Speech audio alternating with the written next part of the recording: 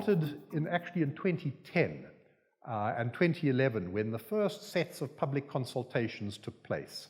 At that stage, the Environmental Management Act was not yet law. So this project actually predates, the start of this project predates when the Environmental Management Act came into being.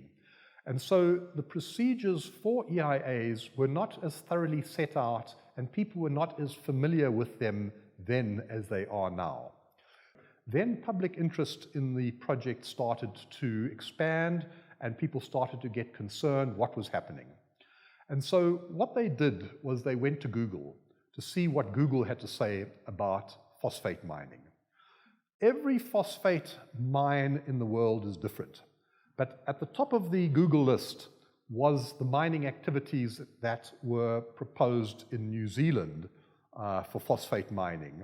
And the situation there is profoundly different to the situation here in Namibia. And we can talk about that a little bit later.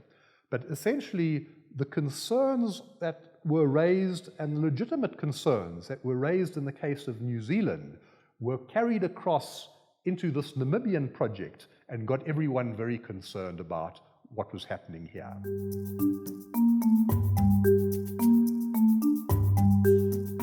I think by becoming really transparent, having independent monitoring mechanisms in place, an independent steering committee, we can get around a lot of the apprehension and the concerns that have been raised to date because of the lack of information and the correct information being imported from other parts of the world where the mining situation, phosphate situation, is entirely different.